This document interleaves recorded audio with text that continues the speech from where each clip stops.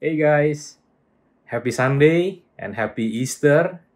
Sebelumnya saya ingin mengucapkan selamat bergabung dalam ibadah Creative City Worship Online Service kali ini.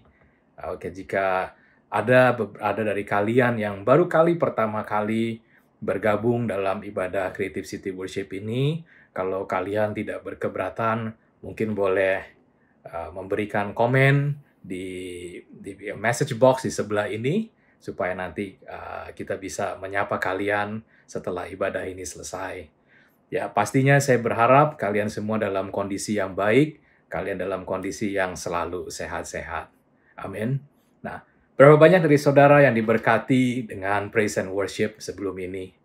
Isn't it amazing bahwa dalam kondisi seperti sekarang ini, kita masih dapat punya kekuatan untuk memuji, untuk menyembah kebesaran nama Yesus. Saya percaya bahwa kekuatan itu datang atau diberikan oleh Tuhan, itu Tuhan kita sendiri. Dan terima kasih guys kalau kalian dalam kondisi sekarang tetap memilih untuk memuliakan namanya. Nah, sebelum kita masuk ke dalam penyampaian berita firman Tuhan, saya ingin mengundang kalian untuk bersatu dalam doa. Bapa, terima kasih untuk hari ini.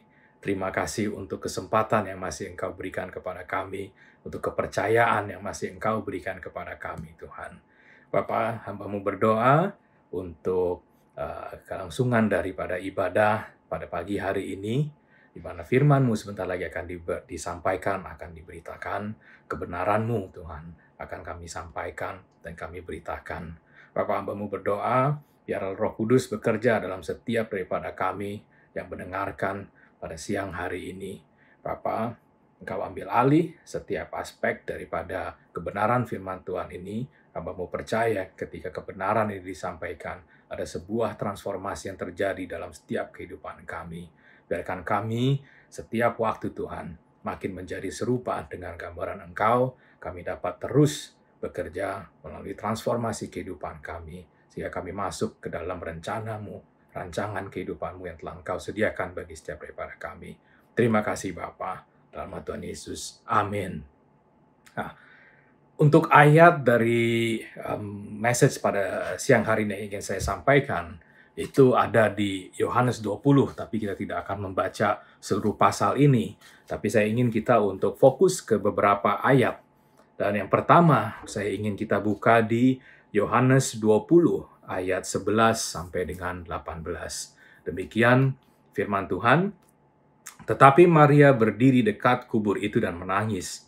Sambil menangis, ia menjenguk ke dalam kubur itu, dan tampaklah olehnya dua orang malaikat berpakaian putih yang duduk di sebelah kepala dan yang lain di sebelah kaki di tempat mayat Yesus terbaring. Kata malaikat-malaikat itu kepadanya, "Ibu, mengapa engkau menangis?" Jawab Maria kepada mereka, "Tuhanku telah diambil orang dan aku tidak tahu di mana ia diletakkan." Sesudah berkata demikian, ia menoleh ke belakang dan melihat Yesus berdiri di situ, tetapi ia tidak tahu bahwa itu adalah Yesus. Kata Yesus kepadanya, "Ibu, mengapa engkau menangis? Siapakah yang engkau cari?"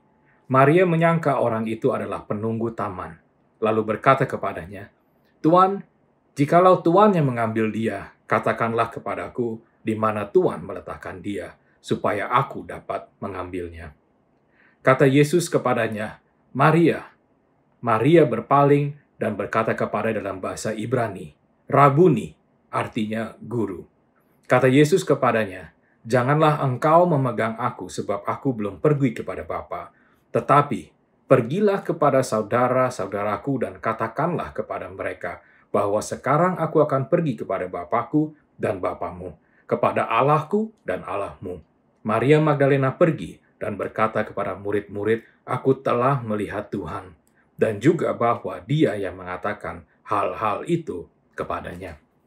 Nah, latar belakang dari ayat ini adalah ketika Maria pagi-pagi betul ia pergi ke kubur di mana Yesus dibaringkan. Dan ia melihat bahwa batu yang menutup tempat di mana Yesus itu dikubur itu bergeser atau telah terbuka. Kemudian ia segera pergi dan memancari Simon Petrus dan murid yang lain. Setelah Maria mendapatkan mereka, ia pun menyampaikan bahwa ada yang mengambil tubuh Yesus.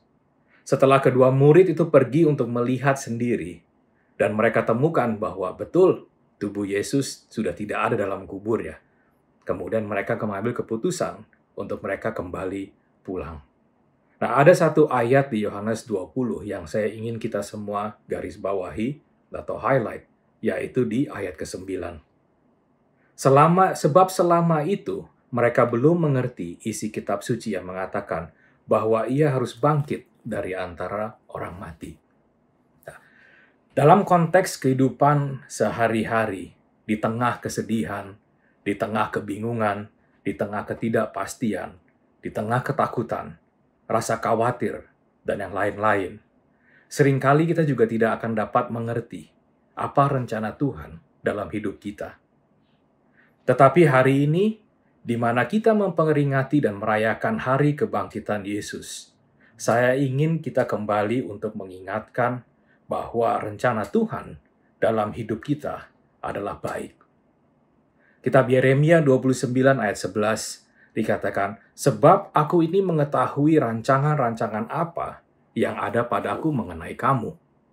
Demikianlah firman Tuhan, yaitu rancangan damai sejahtera dan bukan rancangan kecelakaan, untuk memberikan kepadamu hari depan yang penuh harapan. Kata rancangan sendiri itu memiliki arti rencana, program, atau desain. Jadi rancangan Yesus, rancangan Tuhan atas kehidupan saudara dan saya adalah rancangan yang memberikan damai sejahtera untuk memberikan kita hari depan yang penuh dengan harapan. Sebuah rencana, sebuah program, sebuah desain yang secara khusus dibuat untuk saudara dan saya. Tujuannya apa? Untuk memberikan kita semua harapan. Nah, saya ingin bertanya kepada saudara, ada nggak di antara kalian itu yang sign up untuk gym membership? Atau yang memiliki seorang personal trainer? Nah, apa yang menjadi tujuan akhir ketika kalian mendaftarkan diri saudara untuk memiliki sebuah gym membership atau memiliki seorang personal trainer? Dan jika saudara memiliki tujuan tertentu, pastinya saudara juga harus mempercayai apapun yang instruktur saudara itu buat untuk mendekatkan saudara atau mencapai tujuan saudara, sign up pada waktu awal tersebut, bukan? Wouldn't you say that you have to trust your instructor? Supaya objektif ketika saudara sign up, itu dapat terrealisasi. Buat saya, logika untuk mempercayai bahwa rancangan damai sejahteranya untuk kehidupan saya yang akan membawa sebuah pengharapan untuk masa depan saya, menurut saya adalah sesuatu yang mudah untuk saya subscribe atau untuk saya anut. Nah, segala kesalahan, segala dosa, segala pelanggaran atau transgressions yang saya sudah lakukan, itu semuanya sudah dibayar lunas oleh Yesus di atas kayu salib. Kebangkitannya menandakan sebuah lembaran baru, itu tidak hanya untuk saya pribadi, melainkan untuk seluruh umat manusia. Di mana kita memulai sebuah kehidupan yang baru sebagai seorang yang telah dimerdekakan oleh kasih-Nya. Sebagai orang-orang yang telah dimerdekakan oleh pengorbanannya. Kematian dan kebangkitannya merupakan suatu bagian dari rancangannya untuk seluruh umat manusia. Tidak ada yang terkecuali. Bukan hanya untuk saya, bukan hanya untuk saudara, melainkan untuk seluruh umat manusia. Yesus mati di atas kayu salib dan bangkit untuk manusia, bukan untuk golongan-golongan tertentu. Tetapi setiap daripada kita itu memiliki keputusan yang harus kita ambil. Apakah kita mau mempercayainya? Menyerahkan kehidupan kita. Apakah kita mau mempercayai rancangan, desain, atau program yang Ia miliki untuk kehidupan kita?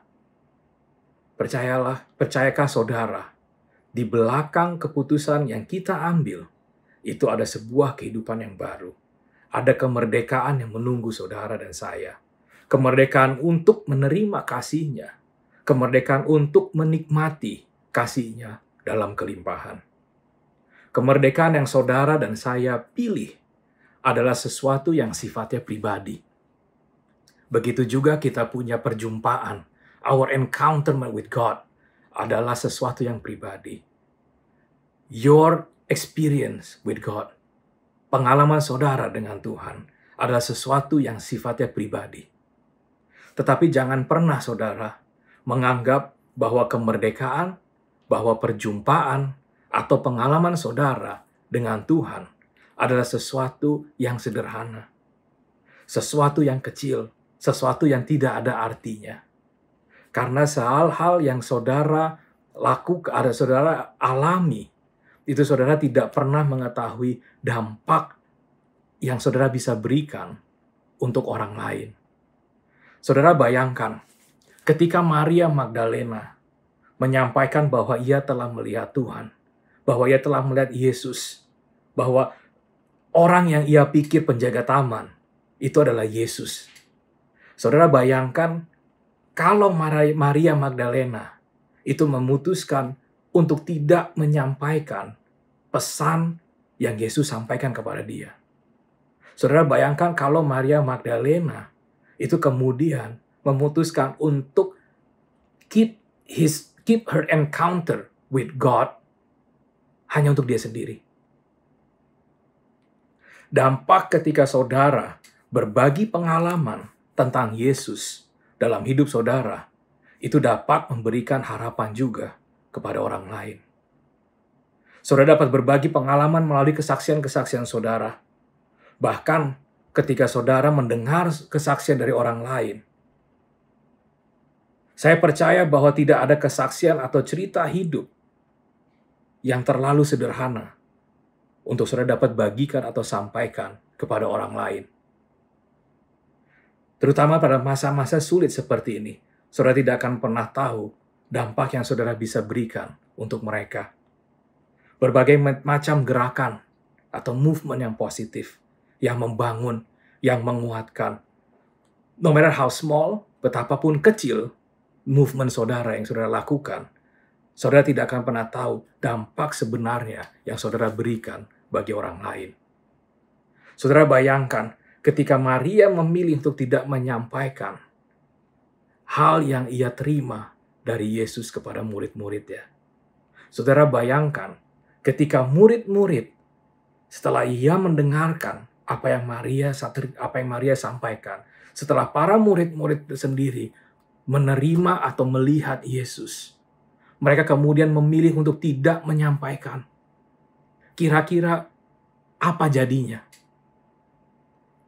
Dan saya ingin saudara berpikir sama seperti halnya demikian.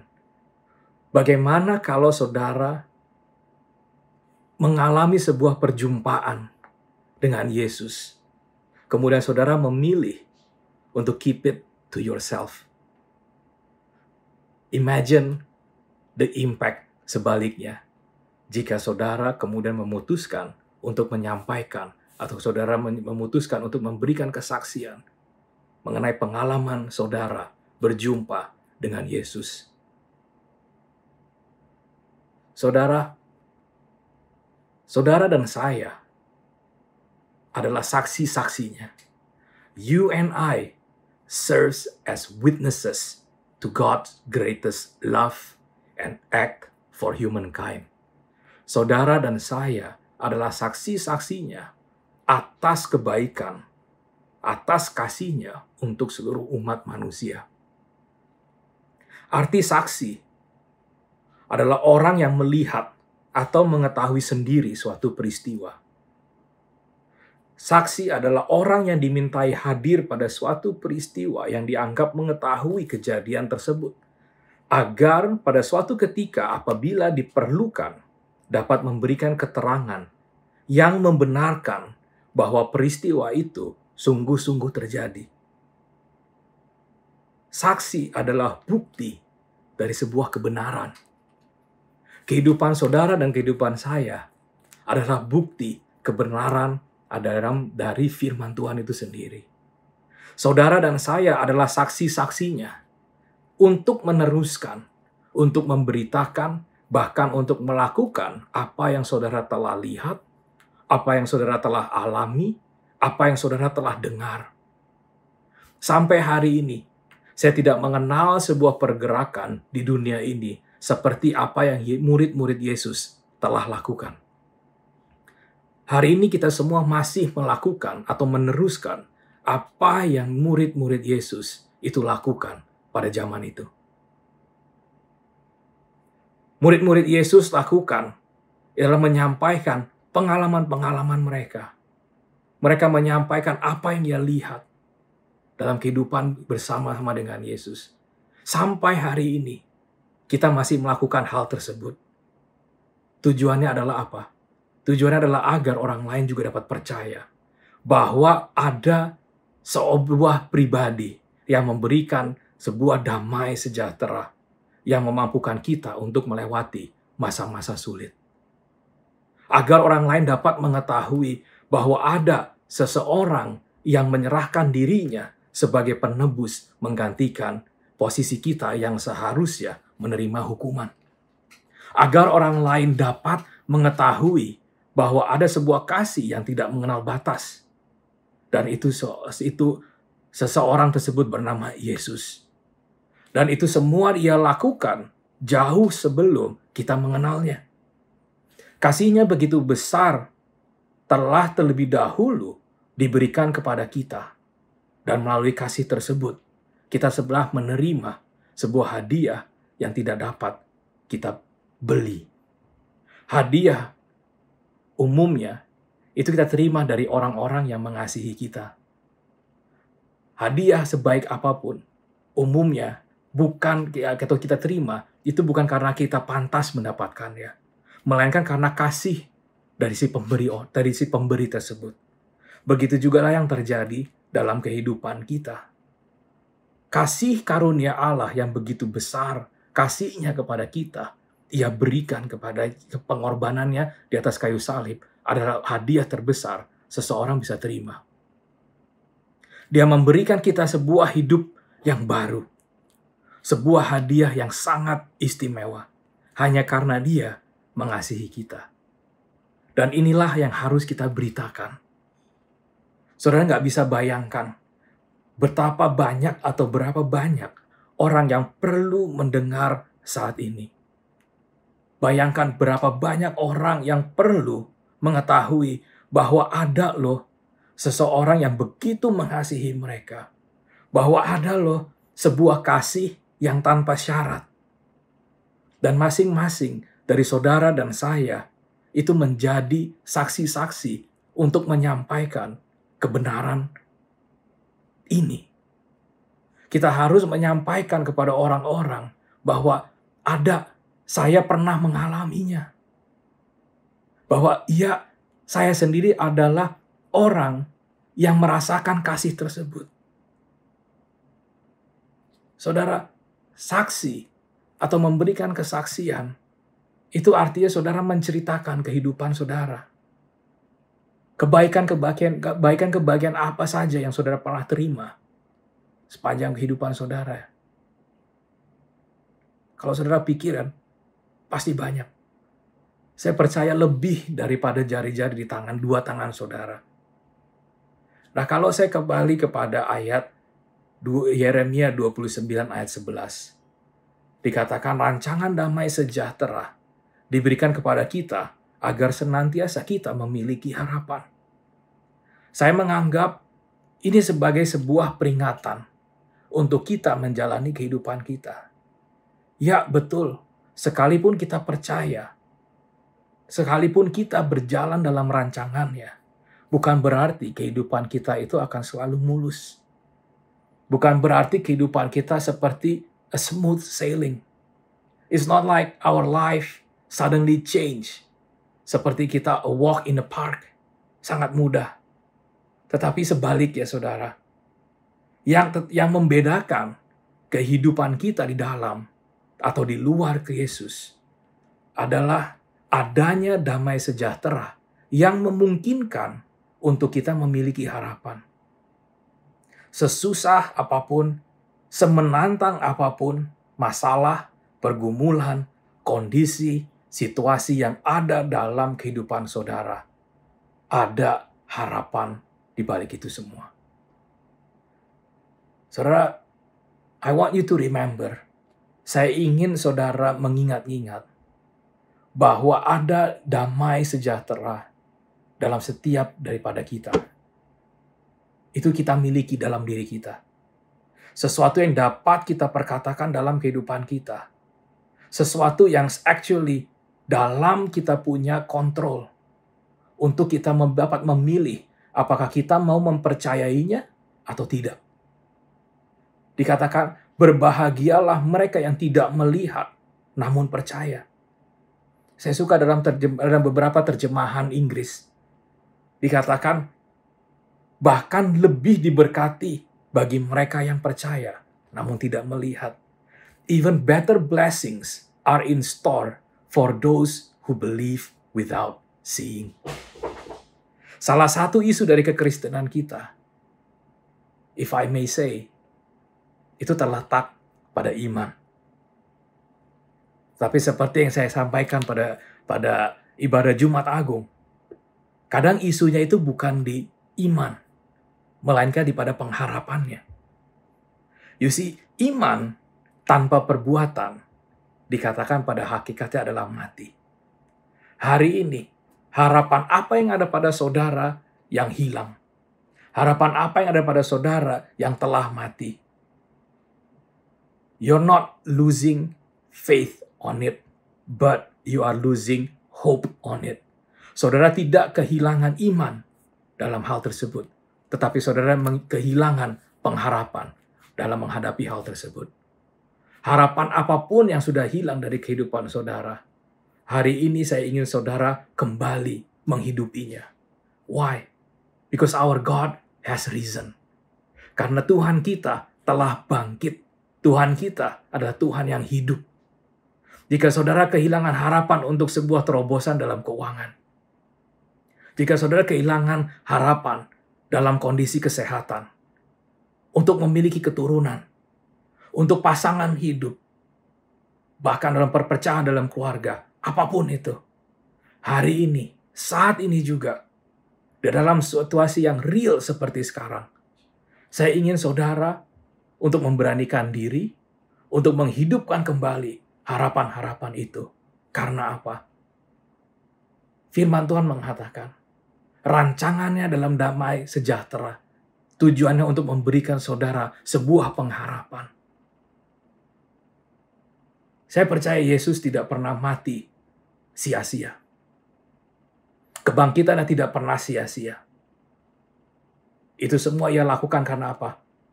Kasihnya kepada umat manusia. Sekarang keputusannya ada di saudara, ada di saya. Apakah kita mau acknowledge kebenaran tersebut? Di atas kebenaran bahwa Tuhan mengetahui rancangan-rancangan apa yang ada dalam kehidupan saudara. Demikianlah firman Tuhan dikatakan bahwa rancangan damai sejahtera bukan rancangan kecelakaan. Tujuan untuk memberikan kepada saudara masa depan atau hari depan yang penuh harapan. Saudara, arti kebangkitannya adalah untuk saudara dan saya itu tidak hanya memiliki sebuah kehidupan yang baru, tapi juga memiliki harapan yang baru. Nah, saya ingin akhiri sermon saya pada pagi atau siang hari ini. Saya suka bagaimana kitab Yohanes atau pasal Yohanes 20 itu diakhiri. Dikatakan pada ayat 31, tetapi semua yang tercantum di sini telah dicatat supaya kamu percaya bahwa Yesuslah Mesias, Anak Allah, dan supaya kamu oleh imanmu memperoleh hidup dalam namanya. Guys, hari ini kehadiran atau keberadaan saudara dalam ibadah online ini Terlepas dari apakah saudara baru kali pertama bergabung atau not a member of our church, it doesn't matter. Bahwa fakta bahwa saudara telah mengambil bagian atau mengambil keputusan untuk mendengarkan kebenaran firman Tuhan sampai detik ini. Saya ingin katakan bahwa semua fondasi yang saudara butuhkan untuk mengambil sebuah keputusan untuk menerima Yesus sebagai juru selamat saudara, atau untuk saudara mengambil sebuah keputusan untuk menghidupkan kembali iman dan pengharapan saudara pada Kristus, semuanya sudah diletakkan semua sudah diletakkan untuk saudara. Tinggal keputusan saudara yang menentukan. Semua yang tercantum di sini telah tercatat supaya kamu percaya bahwa Yesus adalah Mesias, Anak Allah, dan supaya kamu oleh imanmu memperoleh hidup dalam namanya. Hari ini, sebuah lembaran baru kembali terbuka untuk saudara dan saya. Keputusan ada di masing-masing kita untuk bagaimana kita menyikapinya. Saya ingin mengundang saudara. Saya ingin saudara mengambil sebuah keputusan. Jika saudara ada yang ingin mengambil keputusan untuk percaya bahwa Yesus adalah Mesias, atau saudara ingin didoakan, saudara bisa klik fungsi live prayer function yang tersedia di bawah. Tim kami siap untuk membantu saudara. Dan saya temukan dalam segala situasi di kehidupan kita, kita selalu memerlukan orang lain. Regardless, apakah kita dalam masa yang baik, apakah kita dalam masa yang kurang baik atau sulit. Kita diciptakan bukan untuk menghidupi kehidupan sendiri. We are not a solitude being. Saudara butuh orang lain. Kita selalu membutuhkan orang lain. Saya ingin mengencourage setiap daripada kita untuk tertanam atau memiliki sebuah komunitas kecil. Be surrounded by those who build your lives. Kelilingilah. Saya minta untuk kalian dikelilingi oleh orang-orang yang dapat membangun kehidupan saudara. Dan hari ini guys, as we celebrate Easter Sunday, kita merayakan Minggu Paskah, di mana hari di mana Yesus bangkit. Saya ingin kalian untuk mempercayai bahwa hari-hari baik di depan adalah ada untuk saudara. Terlepas situasi apapun yang saat ini kalian sedang hadapi. I want you all to trust. Saya ingin kalian semua percaya bahwa better days awaits you. Bahwa hari-hari baik menunggu saudara. Bahwa ada sebuah tangan yang terbuka, yang siap menerima saudara apa adanya. Kekurangan saudara, kesalahan saudara, pelanggaran saudara, apapun itu. Saya percaya tangan tersebut siap menyambut saudara. Bahkan bukan hanya menyambut, tangan tersebut siap untuk menuntun kehidupan saudara yang baru. Tangan tersebut siap untuk menjaga kehidupan saudara yang baru. Tapi semuanya kembali lagi kepada saudara.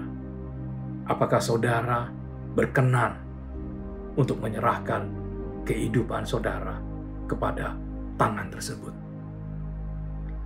Saya percaya bahwa ada sebuah rencana yang diberikan kepada setiap daripada kita yang penuh dengan harapan. Mari saya akan akhiri ibadah ini dengan doa. Saya berharap saudara menerima sesuatu pada siang hari ini. Saya percaya bahwa ketika saudara benar-benar menyerahkan apa yang saudara terima, pemahaman atau apapun itu, ketika saudara mengizinkan Roh Kudus, ketika saudara mengizinkan untuk firman Tuhan itu bekerja dalam kehidupan saudara, kuasanya tidak ada batasnya. Oleh sebab itu, saya mengencourage setiap daripada kita to please allow God to work with your life. Mari kita tundukkan kepala. Bapa, kembali kami hadir ke hadirat-Mu. Terima kasih untuk firman-Mu, untuk kebenaran firman-Mu. Hamba-Mu berdoa, biarlah pada masa-masa seperti ini Tuhan, setiap daripada kami menyadari bahwa ada seorang pribadi seperti Engkau yang begitu mengasihi hidup kami. Tidak hanya Engkau rela untuk mengorbankan hidup Engkau, hidup anak-Mu, tapi Engkau juga bangkit untuk kehidupan daripada kita semua. Bapa, biarkan hamba-Mu selesai menyampaikan firman-Mu pada siang hari ini. Tapi izinkan untuk firman-Mu itu bekerja dalam setiap pada kami. Berikan kami pemahaman beyond than just our own understanding. Biarkan firman-Mu yang hidup itu bekerja dalam setiap aspek kehidupan kami. Sehingga apapun yang Engkau ingin lakukan dalam kehidupan kami, itu dapat terjadi sebagaimana Engkau kehendaki. Hamba-Mu serahkan setiap daripada kami ke dalam tangan-Mu, ke dalam tangan penyertaan-Mu. Hamba-Mu berdoa untuk kesehatan, Hamba-Mu berdoa untuk proteksi yang sempurna terjadi dalam setiap kehidupan anak-anak Engkau, untuk keluarga mereka. Terima kasih Bapa. Dalam nama Tuhan Yesus, amin. Terima kasih guys. Sebelum ibadah ini saya akhiri atau diakhiri, saya ingin saudara untuk stay a little bit behind, bahwa setelah ini akan ada beberapa pengumuman. So please stay tune untuk announcement, dan sampai jumpa di ibadah kita minggu depan. Thank you and God bless you. Stay safe. Bye-bye.